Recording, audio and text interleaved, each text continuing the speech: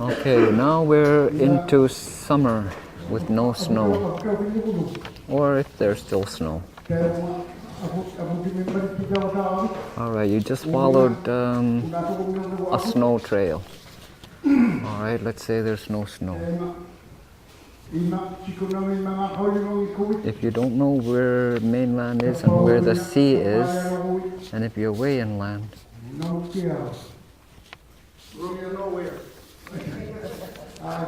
where can I use as an example?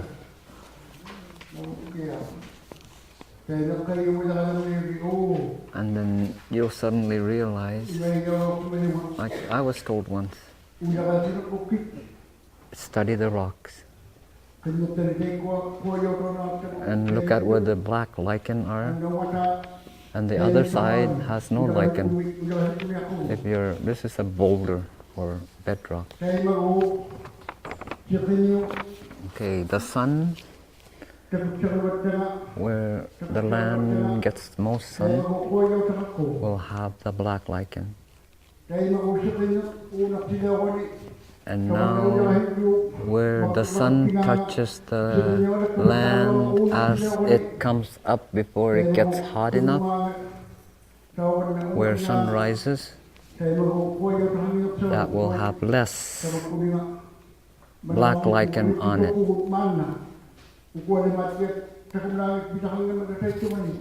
We didn't have any equipment at all back then, no navigation equipment. And the snow will melt, the snow that helped you know where you are, but the rocks never go anywhere. If you go to an area where there's lots of black lichen, and even bedrock will have lichen. And if you wrote down 1905, in 1905, on black lichen, scratching it off, using a rock, just scratch.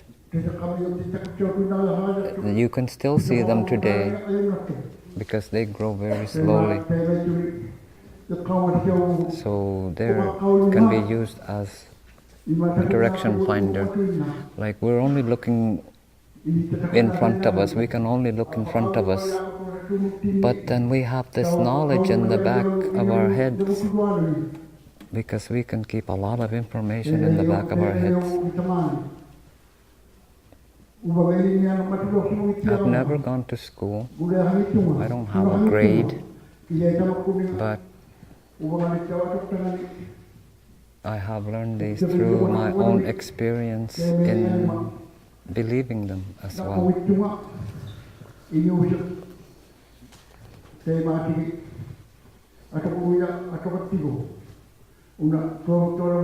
I think this guy is rushing again. No.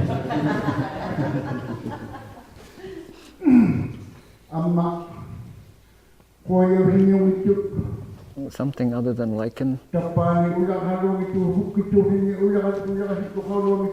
If you go to a land that has very few boulders, fish. In a land where there are no boulders, the rocks have a reddish thing on them. It's where it gets the most sunlight. You can use that as well to see which direction it goes where. It can be used like a last resort to show you what direction it is. And with the snowdrifts that look like tongues, we're always kind of scared of them. They're not really good for traveling on. Especially when we had dog teams, the dogs would trip over them, and the lines would get hooked on those things.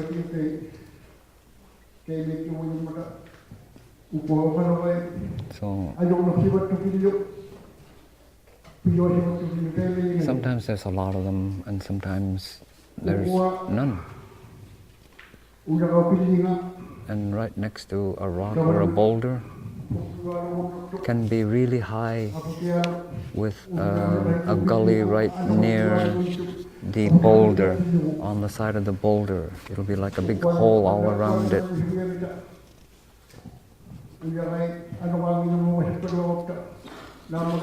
Rocks are not very good shelters. The wind goes around them.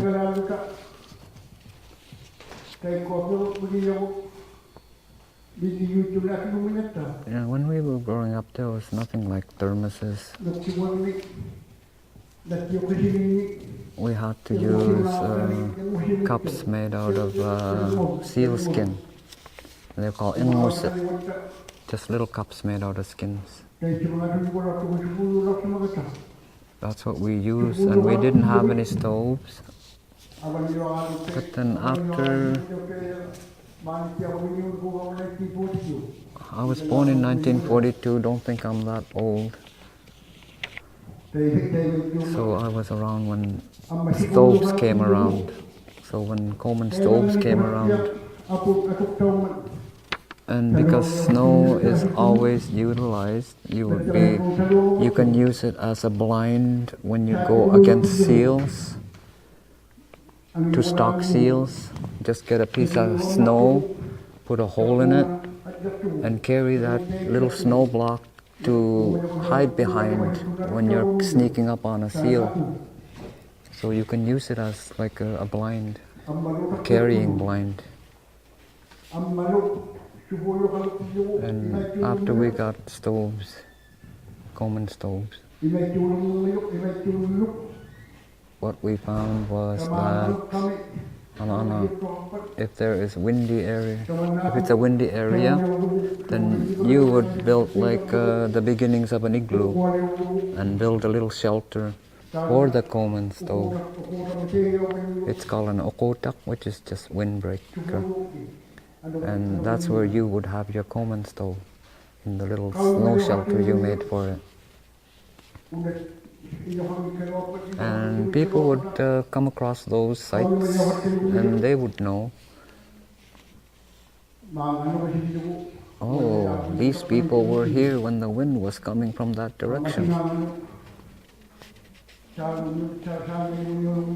And then if you see another shelter that is facing a different direction, oh, these guys were still here when the wind changed to southeasterly. And we would see the story like that and we would believe it. And today we know these things, like I said, our muscles are not as strong as they were, our bodies are getting old, and some of the things that we used to build are getting harder to build because we're getting older. So you all have to be aware of these true things, how to make a fire. If you can't use the store-bought stuff anymore, then you can use the alternatives and you can build a shelter. It doesn't have to look like an igloo. That's all for now.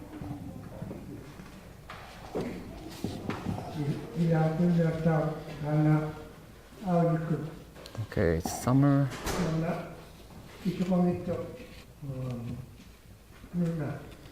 Land with nothing on it. Can you come here?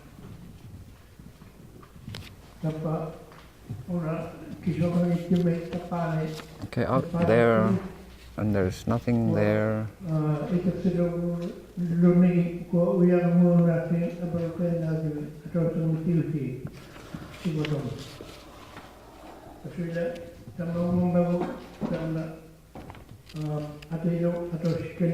Okay, this is rocks that this guy is putting together on a flat area. Behind each other? Tunuano.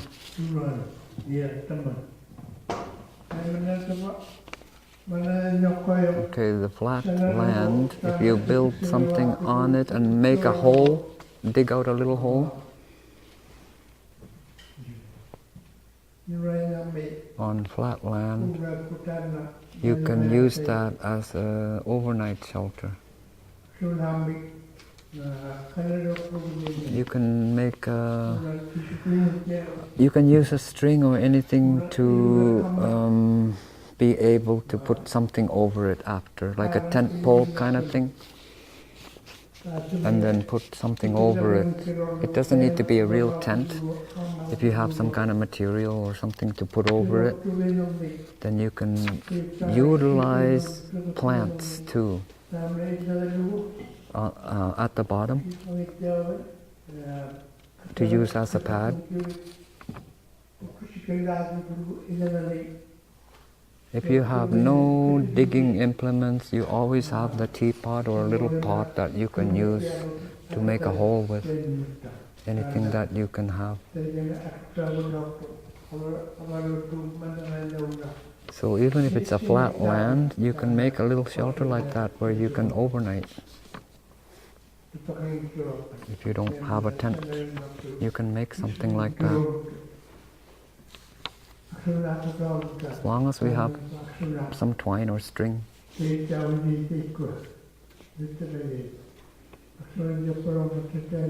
We used to have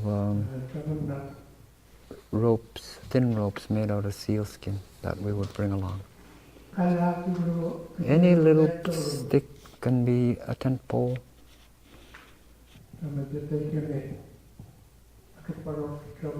And that's what we would use inland when we've actually done that. That can save you as well.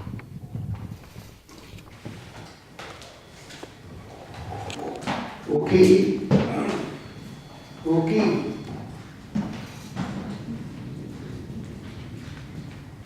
Any question about the shading before we move on to your turn? Okay, no question? You all know everything? Oh, good. Go ahead.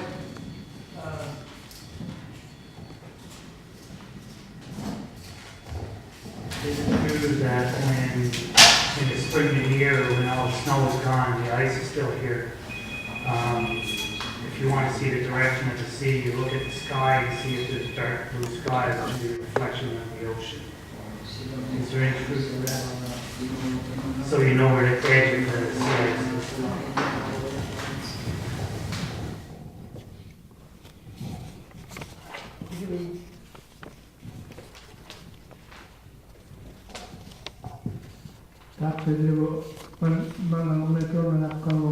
Like I said, I'm from the flatlands.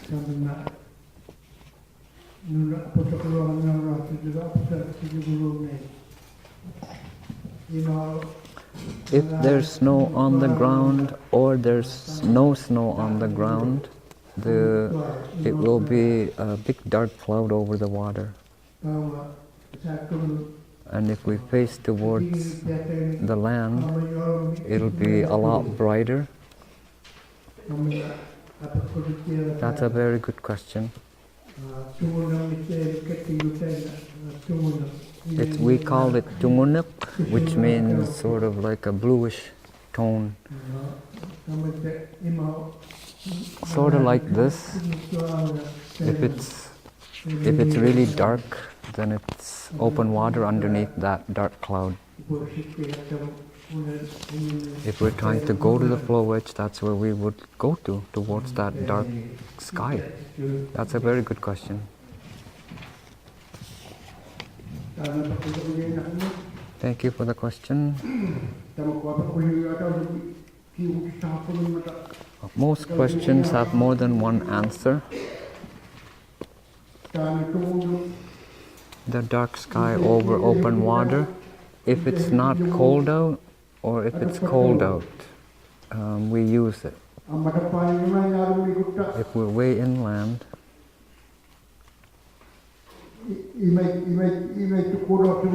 like I once had to go through past Amakjok Lake. The trail that we followed, these people had gone through a real rocky trail, and we stopped, and we were going through a very dark sky area, and even though it's kind of dark outside, it's even darker than where we are. and it was a little lighter in that direction. So we realized that places where there's a lot of rocks on the ground and little snow on it, it will look like dark sky over open water. It can be very deceptive. Sometimes we assume it's got a dark sky, that there's open water below it. It's not always the case. And once the weather calms down, you won't see very much of that dark cloud over open water. The place where I grew up, they lived in a very rough area. And as spring comes and there's less steam coming out of the water, they would tell us that the real rough ice over there, if you look at the pinkish snow, is where you can find water. Because we lived in a very rough ice area, we had to use that way to show us where the water is. And we were also shown where clouds, like if we go towards Nunavut, and the clouds that are over the ocean, the clouds will be kind of high and kind of bluish.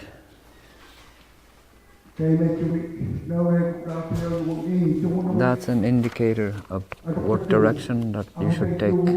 If there's no snow,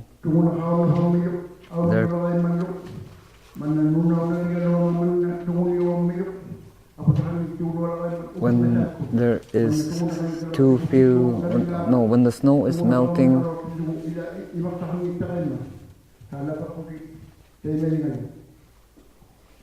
I didn't get that at all.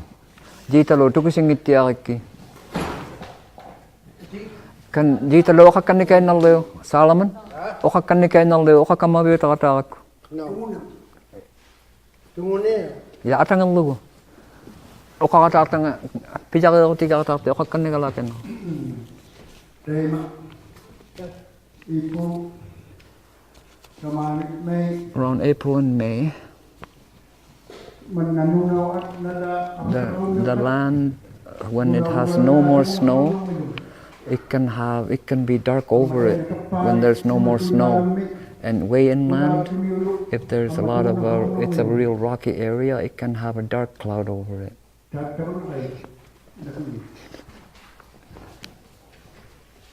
Okay. You can probably be heard to speak up. Where I come from, we use compasses quite often, but I've been told up north, because the magnetic North Pole compasses don't really work well. True, false, do you use compasses?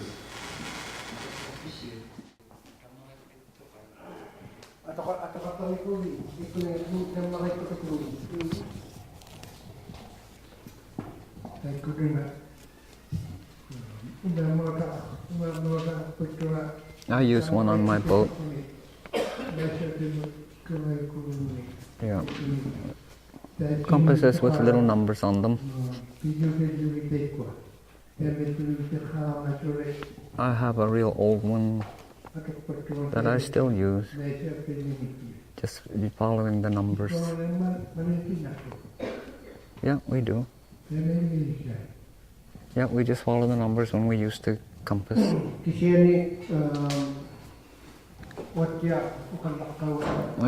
We were talking about the past before there were compasses or anything like that, how to show direction. Okay, where the compass points. Let's say a cameraman is where the compass points, or magnetic pole. In the south, it could be like this. In the north, it could be like that. Further close, it could be like that. So it depends on what location you are.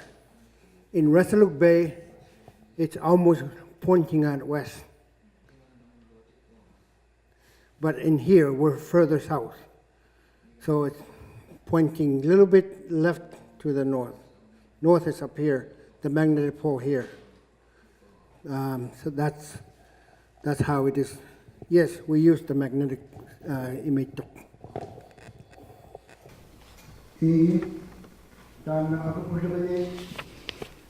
Answer to your question is yeah.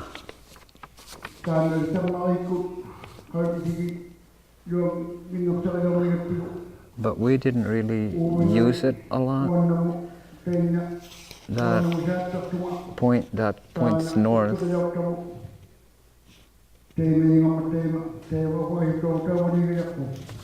If we follow that where it's pointing, and then we know a direction where we want it to go, and if we're going through a real rough area or turn because of a point, we can't fly like the crow flies. We gotta make turns.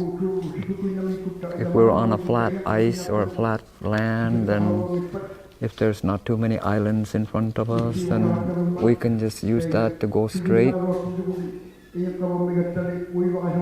And then we have to consider the fact that we gotta go around islands and around points. Yeah, we use it, but we gotta be aware of the turns. Those of us who came later, we're a little behind the Greenlanders. They have been using GPS a lot longer than we have.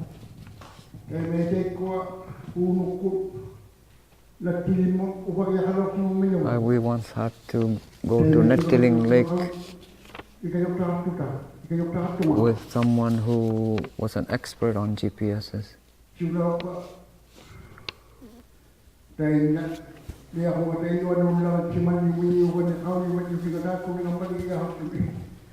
had not really learned how to use one of these things, and he had been going. We had passed them. Like they were in Nettiling Lake and we traveled past them. And through radios, I called Tagak and asked them, where are the Greenlanders?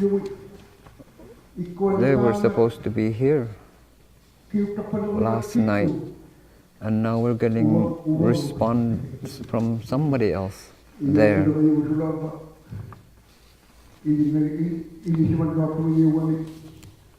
So you have to learn how to use these. And then when we met up with the other party, we followed their directions, and they were saying that there's something wrong with the GPS. And their leader told me, there's nothing wrong with the GPS. It's the person that's training you that's wrong. And there were two snowmobiles, and they were on a dog team. We took the dogs and put them on the Kamutik.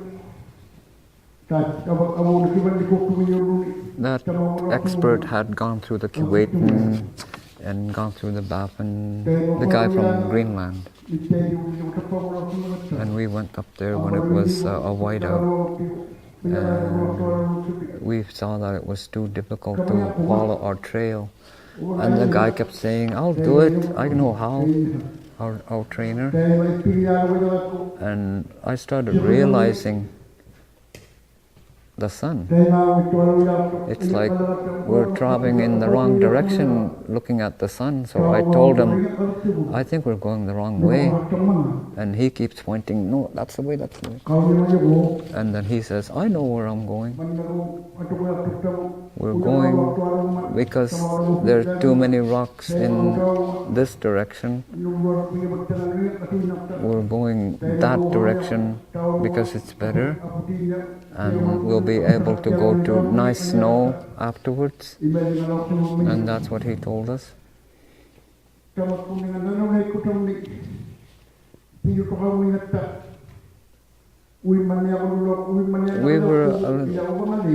I would have been very confused if I didn't know the landmarks.